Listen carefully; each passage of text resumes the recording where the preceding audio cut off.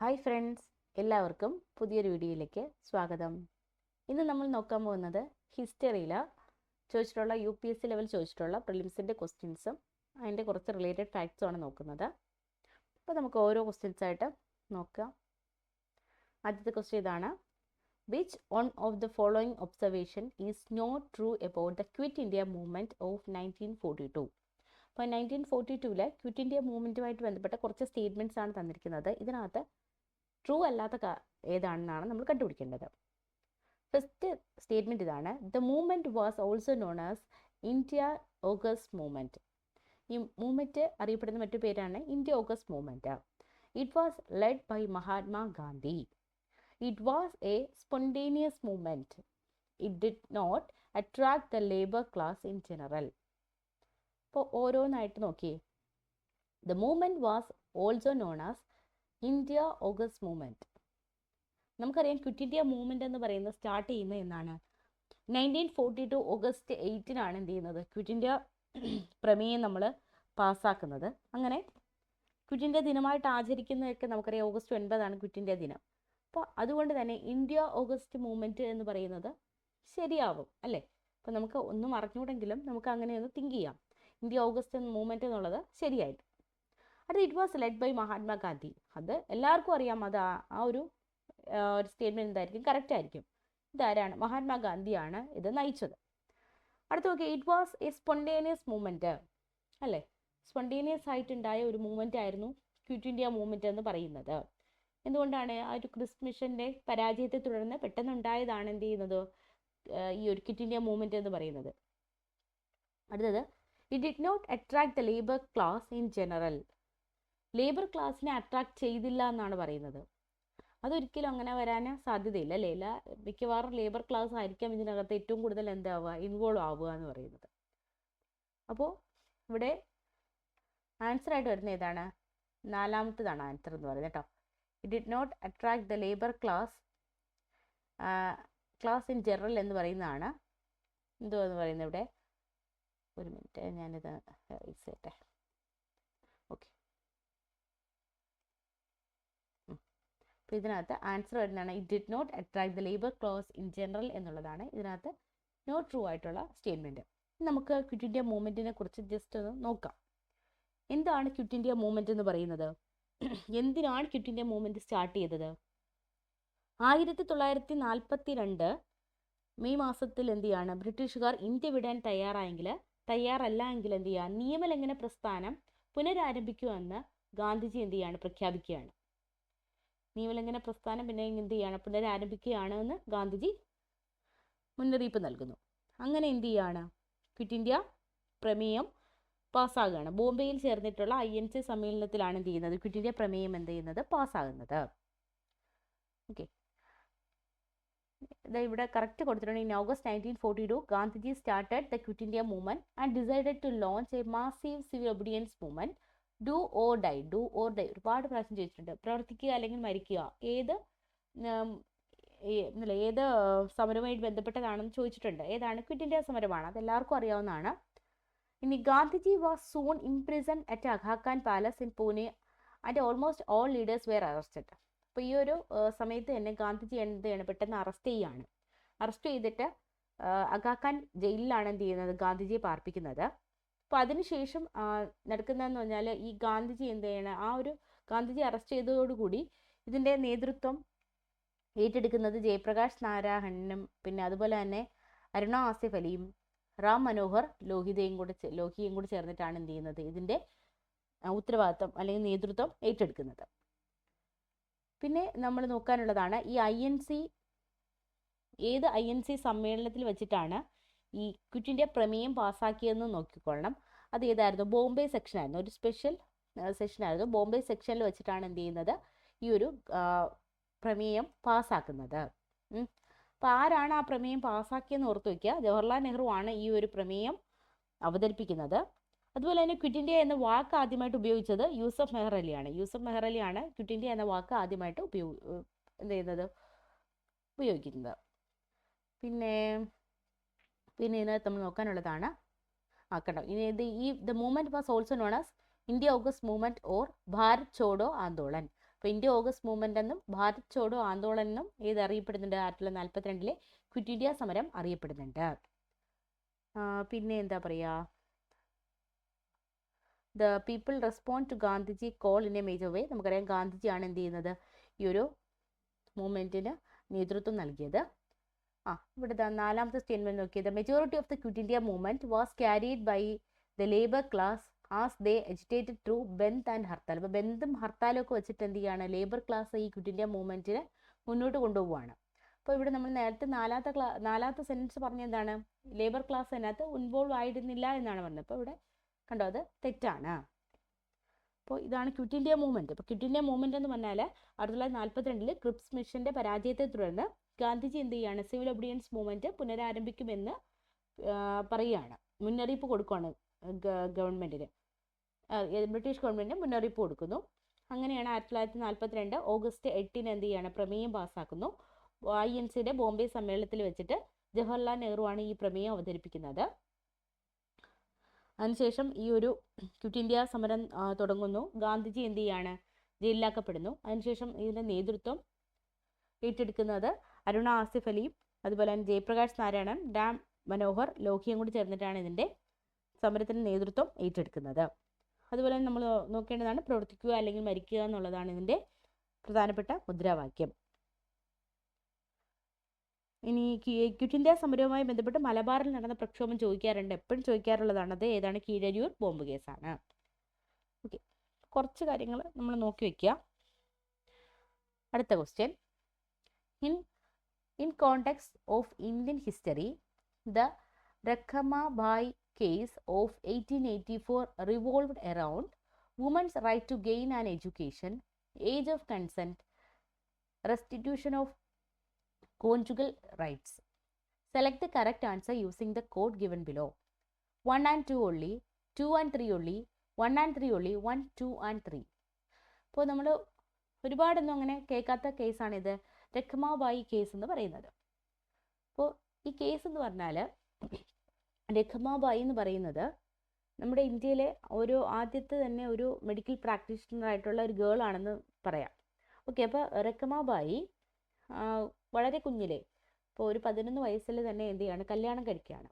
അപ്പോൾ കല്യാണം കഴിക്കുന്ന സമയത്ത് ഇവരെന്താണ്, പഠിക്കാൻ അത്യാവശ്യം മിടുക്കിയായിരുന്നു. അപ്പോൾ പഠിക്കാൻ എന്ത് ചെയ്യുന്നില്ല, ഹസ്ബൻഡ് വിടുന്നില്ല. അങ്ങനെ രഖമാഭായിയുടെ ഫാദർ എന്ത് ചെയ്യുകയാണ്, തിരിച്ച് വിളിച്ച് വീട്ടിൽ കൊണ്ടുവന്നിട്ട് ഇവരെ പഠിപ്പിക്കുകയാണ്. അപ്പോൾ ഈ ഭർത്താവ് എന്ത് ചെയ്യാണ്, തിരിച്ച് ഇവരെ കിട്ടാൻ വേണ്ടിയിട്ട് ഗവൺമെൻറ്റിൽ എന്ത് ചെയ്യാണ്, കേസ് ഫയൽ ചെയ്തു. അതങ്ങനെ കോടതിയിലെത്തിയപ്പോൾ രഖമാഭായി പറഞ്ഞു, ഞാൻ അന്ന് കല്യാണം കഴിക്കുന്ന സമയത്ത് മൈനറായിരുന്നു, അതുകൊണ്ട് ഇപ്പം ഞാൻ അഡൾട്ടാണ്, എനിക്ക് ഇയാളുടെ കൂടെ പോകാൻ താല്പര്യമില്ല എന്ന് പറഞ്ഞു. അപ്പോൾ ഈ കോർട്ടിൻ്റെ വിധി വന്നു, എന്താണ്, ഒന്നുകിൽ നിങ്ങൾ ഇവരെ കൂടെ പോവുക, ഹസ്ബൻഡിൻ്റെ കൂടെ പോവുക, അല്ലെങ്കിൽ എന്ത് ചെയ്യുക, 6 മാസം ജയിലിലേക്ക് പോവുക എന്ന് പറഞ്ഞു. അപ്പോൾ രഖമാഭായി പറഞ്ഞു, ജയിലിൽ പോകാൻ എന്താണ് തയ്യാറാണ് എന്ന് പറയുന്നു. ഇതങ്ങനെ ഒരുപാട് എന്ത് ചെയ്യാണ്, കൊള്ളക്കൊക്കെ സൃഷ്ടിക്കുന്നു. ഈ ഒരു കേസിൻ്റെ കാര്യം നമ്മുടെ ക്വീൻ എലിസബത്ത് അറിയാണ്. ക്വീൻ എലിസബത്ത് അറിഞ്ഞിട്ട് ഈ ഒരു വിവാഹപ്രായം എന്ത് ചെയ്യാണ്, മാറ്റുകയാണ്. അന്ന് 12 വയസ്സിലേക്ക് മാറ്റുകയാണ് വിവാഹപ്രായം എന്ന് പറയുന്നത്. അപ്പോൾ ഈ രഖമാഭായി എന്നുള്ള ആ ഒരു കേസ് കാരണമാണ് എന്ത് ചെയ്യുന്നത്, വിവാഹപ്രായം പിന്നെ 12 വയസ്സിലേക്കൊക്കെ മറ്റേത് വളരെ ചെറിയ പ്രായത്തിൽ തന്നെ എന്ത് ചെയ്യുകയാണ്, നമുക്കറിയാമല്ലേ, ശൈശവ വിവാഹമൊക്കെ ഉണ്ടായിരുന്ന സമയമാണ്. അങ്ങനെ പിന്നെ ഈ രഖമാഭായി ലണ്ടനിൽ പോയിട്ട് മെഡിക്കൽ പ്രാക്ടീഷണർ ആവുകയും അതുപോലെ തന്നെ അവിടെ എന്ത് ചെയ്യാണ്, ഡോക്ടറായിട്ട് വർക്ക് ചെയ്യാൻ സ്റ്റാർട്ട് ചെയ്യുകയും ചെയ്യണം. അപ്പോൾ ഈ രഖമാഭായി കേസ് നമ്മുടെ ഹിസ്റ്ററിയിൽ വന്ന എന്തിനൊക്കെ എതിരെ ആണ് നോക്കാം. Woman right to gain education ആണോ, ഏജ് ഓഫ് കൺസെൻറ്റ് ആണോ, റെസ്ട്രിക്ഷൻ ഓഫ് കോൺജുഗൽ റൈറ്റ്സ് ആണോ എന്നുള്ളത്. അപ്പോൾ ഇവിടെ ആൻസർ വരുന്നത് 2, 3 ആണ് കേട്ടോ, 2, 3 ആണ്. Age of കൺസെൻറ്റും restitution of conjugal റൈറ്റ്സും ആണ് ഈ ഒരു കേസുമായി ബന്ധപ്പെട്ട് വരുന്നത്. അപ്പോൾ ഇവിടെ ആൻസർ 2 and 3 only എന്നുള്ളതാണ് ആൻസറായിട്ട് വരുന്നത്. ഇപ്പോൾ അതിനെക്കുറിച്ചാണ് നമ്മളിവിടെ നോക്കുന്നത്. രഖമാഭായി കേസിനെ കുറിച്ചാണ് എഴുതിയേക്കുന്നത്. The case involved Rakhmabai who was a young Indian woman who challenge the legal system regarding her rights in marriage. The case became significant in the context of women's rights and social reforms in India.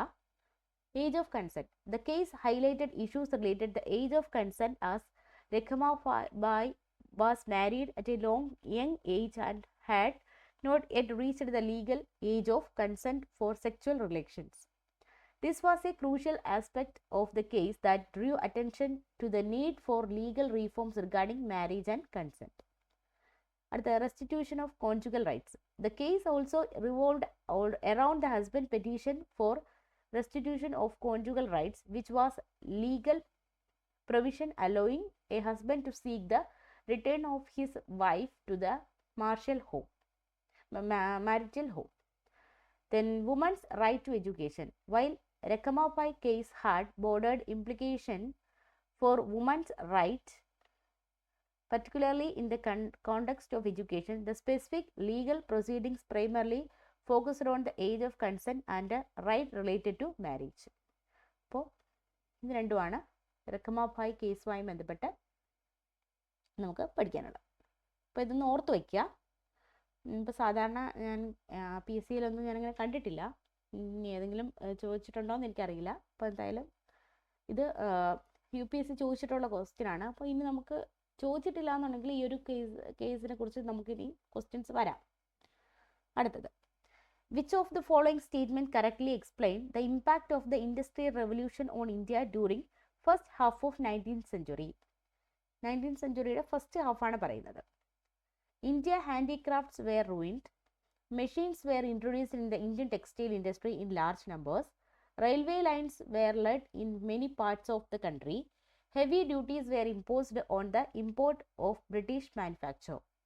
ഇതിനകത്ത് first 19th സെഞ്ച്വറിയിൽ എന്തൊക്കെയാണ് എന്തൊക്കെയാണ് impact ഉണ്ടായി എന്നാണ് ചോദിച്ചിരിക്കുന്നത്. അപ്പോൾ ഇവിടെ answer വരുന്നത് Indian handicrafts R ruined എന്നുള്ളതാണ് ആൻസർ വരിക. നമുക്ക് ഓരോന്നായിട്ട് പരിശോധിക്കാം. Okay, impact on Indian handicraft. The Industrial Revolution led to the massive production of textiles and other goods in Britain, resulting in cheaper machine-made products that flooded the Indian market. Indian handicrafts faced a stiff competition and could not compete with the lower price and higher quality of British manufactured goods. As a result, many traditional crafts and artisans suffered significantly, leading to decline of handicraft industry. അപ്പോൾ അത് അങ്ങനെയാണ് നമ്മൾ first statement എന്തായത് true ആയത്. അടുത്തത് machines in Indian textile industry, ഇതായിരുന്നു second statement. നോക്കാം. Although the industrial revolution brought machines to the textile industry, the introduction of machines in India was not widespread during the first half of the 19th century. ശരിക്കും machines വന്നിട്ടുണ്ടെങ്കിൽ first സെഞ്ച്വറിയിൽ അത് എന്ത് ചെയ്തില്ല, ഇന്ത്യയിൽ first half of 19th സെഞ്ച്വറിയിൽ അത് ഇന്ത്യയിൽ ഒരുപാടായിട്ടൊന്നും വന്നിട്ടില്ല. അപ്പോൾ Indian textiles continue to rely on traditional methods of production for much of this period. അതുകൊണ്ട് ഓപ്ഷൻ 2 എന്ന് പറയുന്നത് ഇൻകറക്റ്റായി. Next, railway lines. While railway lines were indeed laid in many parts of India, the major expansion occurred later in the second half of 19th century. For railway second half-ilanu varunathu. Therefore, stating that this was direct impact of industrial revolution in the first half of century can be misleading. അങ്ങനെ option 3 എന്തായി, incorrect ആയി. അടുത്തത്, duties on import. Rather than imposing heavy duties on British manufactured goods, British policies favored the import of these goods, making it difficult for Indian goods to compete. So hence option 4 എന്തായി, incorrect ആയി.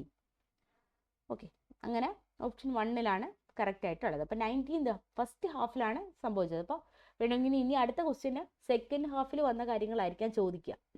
അപ്പോൾ പഠിച്ചു വയ്ക്കുക. അടുത്തത്, government of India act 1919 clearly defined the separation of power between the judiciary and the legislature, the jurisdiction of central and provincial governments, the power of Secretary of State for India and the Viceroy, none of the above. ഇപ്പോൾ government of India act 1990, അതിൻ്റെ വേറൊരു പേരെന്താണ്, Montagu Chelmsford ഭരണ പരിഷ്കരണം എന്നാണ് അല്ലേ. അപ്പോൾ ഇതെന്താണ് ഡിഫൈൻ ചെയ്തിരിക്കുന്നതെന്നാണ് ചോദിച്ചിരിക്കുന്നത്. ഇതിൻ്റെ ആൻസർ വരുന്നത് the jurisdiction of central and provincial governments ആണ് കേട്ടോ. നമുക്ക് നോക്കാം. അപ്പം നിങ്ങൾക്ക് വേണമെങ്കിൽ ഈ ഒരു കീ പോയിൻറ്റ്സ് വായിക്കാം. ഇത് ഇംഗ്ലീഷ് തന്നെയാണ് തന്നിരിക്കുന്നത്. അപ്പോൾ ഞാൻ ആദ്യം പറഞ്ഞുതരാം. അപ്പോൾ ഗവൺമെൻറ് ഓഫ് ഇന്ത്യ ആക്ട് 1919 എന്തിനാണ് കൊണ്ടുവന്നത്? ഉത്തരവാദിത്ത ബോധമുള്ള ഒരു ഗവൺമെൻറ് ഇന്ത്യയിൽ സ്ഥാപിക്കാനായിട്ട്. ഉത്തരവാദിത്ത ബോധമുള്ള ഒരു ഗവൺമെൻറ് ഇന്ത്യയിൽ സ്ഥാപിക്കുക, അതിന് കൊണ്ടുവന്നതാണ് ഇത് ഗവൺമെൻറ് ഓഫ് ഇന്ത്യ ആക്ട് 1919 എന്ന് പറയുന്നത്. അറിയപ്പെടുന്ന മറ്റൊരു പേരും കൂടി പഠിച്ചു വയ്ക്കുക. മൊണ്ടേഗു ചെംസ്ഫോർഡ് ഭരണപരിഷ്കാരം എന്നാണ് പറയുന്നത്. അന്ന് മൊണ്ടേഗു ആയിരുന്നു എന്ത് പറയുന്നത്, സെക്രട്ടറി ഓഫ് സ്റ്റേറ്റ് എന്ന് പറയുന്നത്. ചെംസ്ഫോർഡ് എന്തായിരുന്നു, വൈസ്രോയി ഓഫ് ഇന്ത്യ ആയിരുന്നു. അങ്ങനെ ഈ ഒരു നിയമം വന്നപ്പോൾ ഉണ്ടായ പ്രത്യേകതകൾ എന്തൊക്കെയായിരുന്നു? ഈ നിയമപ്രകാരം പ്രവിശ്യകളിൽ മേലുള്ള കേന്ദ്ര നിയന്ത്രണത്തിൽ എന്ത് ചെയ്യാണ്, ഇളവ് വരുത്തി. അപ്പോൾ ഒരുപാട് പ്രവിശ്യകൾക്ക് മേലെ സെൻട്രൽ ഗവൺമെൻറ്റിന് ഒരുപാട് എന്ത് ചെയ്യാൻ പറ്റില്ല, നിയമങ്ങൾ കൊണ്ടുവരാൻ പറ്റില്ല. അങ്ങനെ എന്ത് ചെയ്തു, ഈ നിയമപ്രകാരം പ്രവിശ്യ വിഷയങ്ങളെ രണ്ടായിട്ട് വിഭജിച്ചു. ട്രാൻസ്ഫേർഡ് എന്നും റിസർവ്ഡ് എന്നും രണ്ട് വിഷയങ്ങളായിട്ട് വിഭജിക്കുകയാണ്. അങ്ങനെ ട്രാൻസ്ഫേർഡ് വിഷയങ്ങൾ നിയന്ത്രിച്ചിരുന്നത് ഗവർണറായിരുന്നു. അപ്പോൾ ഗവർണറിനെ സഹായിക്കാനായിട്ട് നിയമനിർമ്മാണ സമിതിയുടെ ചുമതലയുള്ള മന്ത്രിമാരും ഉണ്ടായിരുന്നു. അങ്ങനെ ഗവർണറാണ് ഈ ട്രാൻസ്ഫേർഡ് വിഷയങ്ങൾ നിയന്ത്രിച്ചിരുന്നത്. ഇനി റിസർവ്ഡ് വിഷയങ്ങളാകട്ടെ ഗവർണറും ഗവർണറുടെ എക്സിക്യൂട്ടീവ് കൗൺസിലും ചേർന്നിട്ടായിരുന്നു റിസർവ്ഡ് വിഷയങ്ങൾ നിയന്ത്രിച്ചിരുന്നത്. അപ്പോൾ ട്രാൻസ്ഫേർഡ്, റിസർവ്ഡ് എന്ന പ്രൊവിൻഷ്യൽ സബ്ജക്റ്റുകളെ വിഭജിച്ചു. അതിനകത്ത് ആദ്യത്തെ ഗവർണറായിരുന്നു ട്രാൻസ്ഫേർഡ് വിഷയങ്ങൾ നോക്കുന്നത്. രണ്ടാമത്തെ റിസർവ്ഡ് വിഷയങ്ങൾ നോക്കുന്ന ഗവർണറും ഗവർണറുടെ എക്സിക്യൂട്ടീവ് കൗൺസിലും ചേർന്നായിരുന്നു. അതുപോലെ തന്നെ ഡയാർക്കി എന്ന് പറയുന്നിട്ടുള്ള ഒരു ദ്വിഭരണം കൊണ്ടുവന്നതും ഈ ഒരു 1919 ഗവൺമെൻറ് ഓഫ് ഇന്ത്യ ആക്ട് വഴിയാണ്. അതുപോലെ തന്നെ വേറെ ഓർക്കേണ്ടത്, സ്ത്രീകൾക്ക് വോട്ടവകാശം നൽകിയ ഒരു നിയമമാണ് ഏത്, ഗവൺമെൻറ് ഓഫ് ഇന്ത്യ ആക്ട് 1919. ഈ ഒരു ആക്ട് പ്രകാരം രാജ്യത്ത് എന്ത് ചെയ്യാണ്, നേരിട്ടുള്ള തെരഞ്ഞെടുപ്പും ദ്വിസഭാ മണ്ഡലവും സമ്പ്രദായവും കൊണ്ടുവന്നു. അപ്പോൾ ഇപ്പോഴും നമ്മുടെ അവിടെ ഉള്ളതാണ് ദ്വിസഭ എന്ന് പറയുന്നത്. ഏതൊക്കെയാണ്, ബൈക്യാമറലിസം അല്ലേ, ദ്വിമണ്ഡല സമ്പ്രദായ പ്രകാരം ഇന്ത്യൻ ലെജിസ്ലേറ്റീവ് കൗൺസിലിനെ upper house council of states എന്നും ലോവർ ഹൗസ് ലെജിസ്ലേറ്റീവ് അസംബ്ലി എന്നും പേരുള്ള രണ്ട് സഭകളായിട്ട് വേർതിരിച്ചു. നേരിട്ടുള്ള തെരഞ്ഞെടുപ്പിലൂടെയാണ് എന്ത് ചെയ്യുന്നത്, ഭൂരിഭാഗം അംഗങ്ങളും സഭയിൽ അംഗത്വം നേടിയിരുന്നത്. പക്ഷേ ഈ വോട്ട് ചെയ്യുന്നതിന് കുറച്ച് മാനദണ്ഡങ്ങൾ ഉണ്ടായിരുന്നു. അവരുടെ പ്രോപ്പർട്ടി, എഡ്യൂക്കേഷൻ, ടാക്സ് ഇതൊക്കെ വെച്ചിട്ട് അവർക്ക് എന്ത് ചെയ്യാൻ പറ്റുള്ളായിരുന്നു, വോട്ട് ചെയ്യാനുള്ള അവകാശം ഉണ്ടായിരുന്നുള്ളൂ. അതുപോലെ തന്നെ വൈസ്രോയുടെ എക്സിക്യൂട്ടീവ് കൗൺസിലിൽ 6 അംഗങ്ങളിൽ കമാൻഡർ ഇൻ ചീഫ് ഒഴികെ 3 പേരെങ്കിലും ഇന്ത്യക്കാരായിരിക്കണമെന്ന് ഈ നിയമം എന്ത് ചെയ്തു, വ്യവസ്ഥ ചെയ്തു. ഈ നിയമപ്രകാരം ഇന്ത്യൻ ഹൈക്കമ്മീഷണർ എന്നൊരു പുതിയ തസ്തിക ലണ്ടനിൽ സൃഷ്ടിക്കുകയും സെക്രട്ടറി ഓഫ് സ്റ്റേറ്റിന്റെ ചില പ്രവർത്തനങ്ങൾ ഈ ഉദ്യോഗസ്ഥന് കൈമാറുകയും ചെയ്തു. അതുപോലെ അറിഞ്ഞിരിക്കേണ്ട ഇമ്പോർട്ടൻ്റ് ആയിട്ടുള്ള കാര്യമാണ് 1926 സിവിൽ സർവൻറ്റുകളെ റിക്രൂട്ട് ചെയ്യുന്നതിൽ സെൻട്രൽ പബ്ലിക് സർവീസ് കമ്മീഷൻ രൂപീകരിക്കാൻ കാരണമായ നിയമമാണ് 1919 ഗവൺമെൻറ് ഓഫ് ഇന്ത്യ ആക്ട്. ഈ നിയമം സെൻട്രൽ ബജറ്റിൽ നിന്ന് പ്രൊവിൻഷ്യൽ ബജറ്റിനെ വേർതിരിക്കുകയും പ്രവിശ്യ നിയമനിർമ്മാണ സഭയ്ക്ക് അവരുടെ ബജറ്റുകൾ നടപ്പാക്കാൻ അധികാരം നൽകുകയും ചെയ്തു. അപ്പോൾ ഇതിൻ്റെയൊക്കെ ഇംഗ്ലീഷ് ഫോമാണ് ഇതിനകത്ത് കൊടുത്തിരിക്കുന്നത്. അപ്പോൾ നിങ്ങൾക്ക് വേണമെങ്കിൽ ഇത് വായിച്ച് നോക്കാം. ഓക്കെ, അടുത്തത് നമ്മൾ നോക്കാൻ വന്നത് ക്രിപ്സ് മിഷനെ കുറിച്ചാണ് കേട്ടോ. അപ്പോൾ ക്വസ്റ്റ്യൻ നോക്കിയേ, the plan of sir Stafford Cripps envisaged that after the Second World War, India should be granted complete independence. India should be partitioned into two before granting independence. India should be made a republic with the condition that India will join the Commonwealth. India should be given dominion status. അപ്പോൾ Stafford Cripps second world വാറിന് ശേഷം ഇന്ത്യക്ക് എന്തൊക്കെ തരാമെന്നാണ് പറഞ്ഞത്? India should be granted complete independence, ഇന്ത്യക്ക് പൂർണ്ണ സ്വാതന്ത്ര്യം തരാമെന്ന് പറഞ്ഞിരുന്നോ? India should be partition into two before granting independence. India should be made a republic with the condition that India will join the commonwealth. India should be given dominion status. ഇന്നത്തെ answer വരുന്നത് എന്താണ്? ഇന്ത്യക്ക് പുത്രികാ രാജ്യപദവി കൊടുക്കാമെന്നാണ് പറഞ്ഞിരുന്നത് അല്ലേ? അപ്പോൾ India should be given dominion status. അപ്പോൾ ഇവിടെ നമ്മൾ ക്രിപ്സ് മിഷനെ കുറിച്ച് നോക്കാം. ക്രിപ്സ് മിഷൻ എന്ന് പറയുന്നത് ഇന്ത്യയിൽ എന്നാണ് വന്നത്? 1942 മാർച്ച് 22 ക്രിപ്സ് മിഷൻ ഇന്ത്യയിൽ എത്തുന്നത്. ക്രിപ്സ് മിഷനെ ഇന്ത്യയിലേക്ക് അയച്ചത് ആരാണ്? വിൻസ്റ്റൺ ചർച്ചിലാണ് അയച്ചത്. ക്രിപ്സ് മിഷന്റെ ചെയർമാൻ അറിയാം, പേര് തന്നെ ഇടവരാണ് സ്റ്റെഫോർഡ് ക്രിപ്സ് ആണ് ക്രിപ്സ് മിഷന്റെ ചെയർമാൻ. അപ്പോൾ എന്തിനായിരുന്നു ക്രിപ്സ് മിഷനെ ഇന്ത്യയിലേക്ക് അയച്ചത്? രണ്ടാം ലോക മഹായുദ്ധത്തിൽ ഇന്ത്യയുടെ പിന്തുണ നേടാൻ വേണ്ടിയിട്ട് അയച്ച കമ്മിറ്റിയാണ് എന്ന് പറയുന്നത് ക്രിപ്സ് മിഷൻ എന്ന് പറയുന്നത്. അപ്പോൾ ഈ ഒരു ക്രിപ്സ് മിഷൻ്റെ നിർദ്ദേശങ്ങൾ എന്തൊക്കെയായിരുന്നു എന്ന് വെച്ചാൽ, യുദ്ധാനന്തരം ഇന്ത്യക്ക് എന്ത് ചെയ്യാം? പുത്രികാ രാജ്യ പദവി നൽകാം. അതുപോലെ തന്നെ എന്ത് ചെയ്യാം? ഇന്ത്യക്ക് സ്വന്തമായിട്ടൊരു ഭരണഘടന എഴുതാനുള്ള അനുമതി നൽകാം. അതുപോലെ തന്നെ പ്രതിരോധമൊഴികെ എല്ലാ വിഷയങ്ങളിലും ഇടപെട്ട് പ്രവർത്തിക്കാൻ ഒരു ഇടക്കാല സർക്കാരിനെ തിരഞ്ഞെടുക്കാം. ഇത്രയായിരുന്നു എന്തെന്ന് പറയുന്നത് ക്രിപ്സ് മിഷന്റെ നിർദ്ദേശങ്ങൾ എന്ന് പറയുന്നത്. ഇത് ഇന്ത്യക്കാർ അംഗീകരിച്ചോ? ഇല്ല അല്ലേ? ഇന്ത്യക്ക് വേണ്ടത് എന്തായിരുന്നു? പൂർണ്ണ സ്വാതന്ത്ര്യമായിരുന്നു അല്ലേ? അപ്പോൾ ഇന്ത്യയിൽ കോൺഗ്രസ് ഉൾപ്പെടെ എല്ലാ രാഷ്ട്രീയ പാർട്ടികളും എന്ത് ചെയ്യാണ്? ക്രിപ്സ് മിഷനെ എതിർക്കുകയാണ്. അതുപോലെ തന്നെ പാകിസ്ഥാൻ എന്ത് ചെയ്യണമായിരുന്നു? പാകിസ്ഥാന് സെപ്പറേറ്റ് ആയിട്ട് ഒരു രാജ്യം വേണമായിരുന്നല്ലോ. അപ്പോൾ ഇതൊന്നും അന്ന് ഇതിനകത്ത് പറഞ്ഞിട്ടുണ്ടായിരുന്നില്ല. അതുകൊണ്ട് മുസ്ലിം ലീഗുകാർ എന്ത് ചെയ്യാണ്? ഇതിനെ എതിർക്കുകയാണ്. അങ്ങനെ അതിനുശേഷം ഇതിൻ്റെ പരാജയത്തോടു കൂടി എന്ത് ചെയ്യാണ്? ഈ ഒരു ക്വിറ്റ് ഇന്ത്യ സമരം ആരംഭിക്കുകയാണ്. അതുപോലെ തന്നെ ഈ ക്രിപ്സ് മിഷനെ കുറിച്ച് നമ്മുടെ ഗാന്ധിജി പറഞ്ഞൊരു സെൻറ്റൻസ് ഉണ്ട്. A post dated cheque drone on A failing bank. എന്താണ്? തകർന്ന ബാങ്കിൽ മാറാൻ നൽകിയ പിൻതീയതിയിട്ട ചെക്ക് എന്നാണ് ഗാന്ധിജി ഈ ക്രിപ്സ് മിഷനെ കുറിച്ച് പറഞ്ഞത്. അപ്പോൾ അങ്ങനെ ഒരു ക്വസ്റ്റ്യൻ ചോദിച്ചിട്ടുണ്ടോ? പിൻതീയതിയിട്ട ചെക്ക് എന്ന് ഗാന്ധിജി പറഞ്ഞത് എന്തിനാണ് എന്നുള്ളത് അങ്ങനെ ഒരു ക്വസ്റ്റ്യൻ ചോദിച്ചിട്ടുണ്ട്. അപ്പോൾ ഇതാണ് ആൻസർ. ക്രിപ്സ് മിഷനെ കുറിച്ചാണ് ഗാന്ധിജി അങ്ങനെ പറഞ്ഞത്. അപ്പോൾ നമ്മൾ കുറച്ച് പ്രിലിംസിലെ ക്വസ്റ്റ്യൻസ് ആണ് ഇത്രയും നോക്കിയത്.